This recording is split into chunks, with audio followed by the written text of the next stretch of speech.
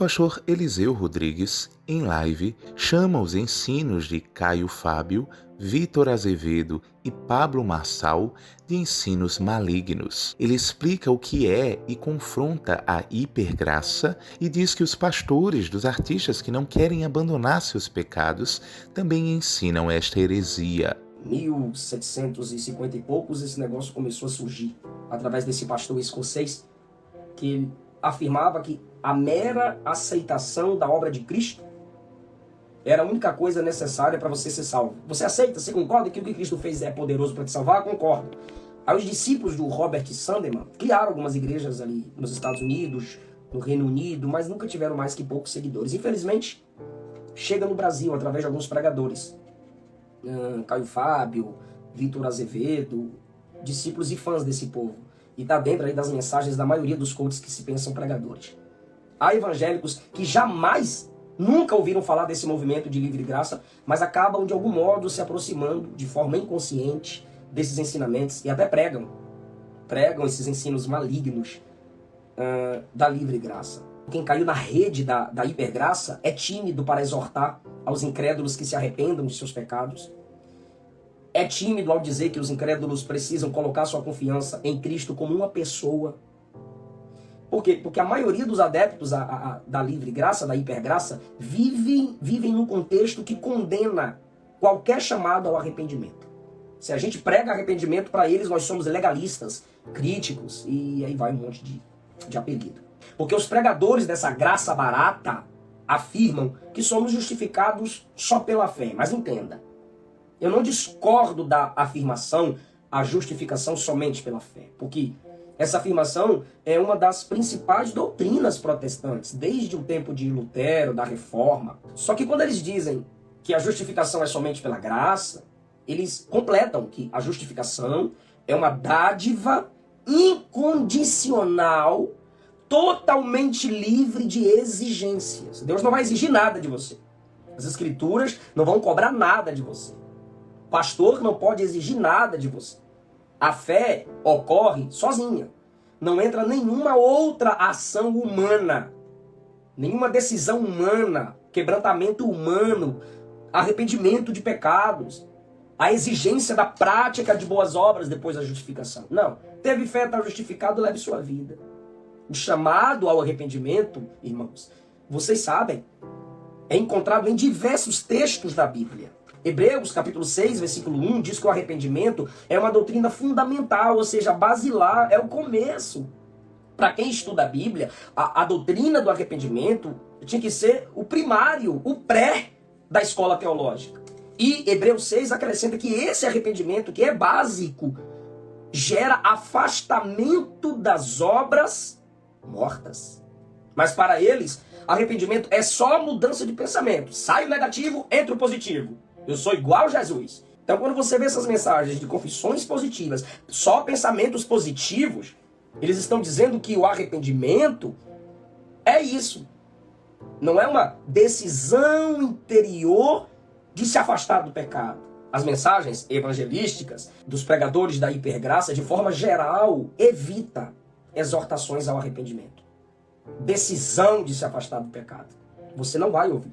Eu já li vários comentários deles no meu canal do YouTube, dizendo que quando Jesus morreu na cruz, ele venceu todo o pecado. Pastor, me mostra na Bíblia que a gente tem que ficar pedindo perdão de pecado, confrontando as pessoas sobre o pecado no Novo Testamento. Jesus já pagou o preço pelos pecados. Ô bonitão, Lucas 24, 47, Jesus já tinha ressuscitado. E depois de ressuscitado, ou seja, já tinha passado pela cruz, ele ordenou que os discípulos, ou seja, os primeiros irmãos da igreja de Jesus, pregassem arrependimento para perdão dos pecados. Jesus, o maior pregador, pregou arrependimento. João Batista, o primeiro pregador do Novo Testamento, pregou arrependimento. Pedro, o primeiro pregador depois do Pentecostes, pregou arrependimento. Paulo, o maior pregador depois de Cristo, pregou arrependimento. Mas para os pregadores da hipergraça, você não vê arrependimento. Mostra aí Caio Fábio, aquele coach que quer ser presidente aí, o Pablo, o Vitor Azevedo. Mostra eles advertindo as pessoas a se arrependerem de suas condutas pecaminosas. E os pentecostais que só pregam manto, poder, vitória, receba. são influenciados pela hipergraça. A gente não pode insistir em advertir que as pessoas se arrependam de suas condutas pecaminosas. Porque para eles, a conduta pecaminosa de um cristão não pode ser usada como base para serem exortados. A gente não pode dizer que a conduta pecaminosa de quem se diz crente é a prova de que eles não são salvos. Ao invés disso, você tem que simplesmente dizer: você não está tendo sabedoria para se comportar como deveria. O crente vampiro gospel, que só vai nascer para beber o sangue de Jesus, ele não precisa de arrependimento, ele não precisa ter desejo de comunhão com os irmãos. Não, ele precisa de pérolas de sabedoria. Alguns provérbios lidos, alguns textos com muito amor. Eles não estudam as pregações de Jesus, porque as pregações de Jesus confrontam o pecador. Tu que é crente quando estuda, quando começa a ler as pregações de Jesus, irmão, tu pensa que é crente e tu fica atribulado, irmão. Mas para eles, não há mais exigência, porque as pregações de Jesus foi antes da sua morte. Depois que ele morreu, para que seguir as exigências? Se ele pagou o preço por aqueles pecados contra os quais ele pregou. Que isso, gente? Cuidado com esses pregadorzinhos que, como o diabo vem. E quando eu digo pregadorzinho aqui, eu estou falando pelo tipo de sermão que ele prega, porque é a sua mensagem que te gera grandeza. Eles vêm sem nenhum estrondo, de modo silencioso. É a serpente entrando no jardim e Adão não percebe.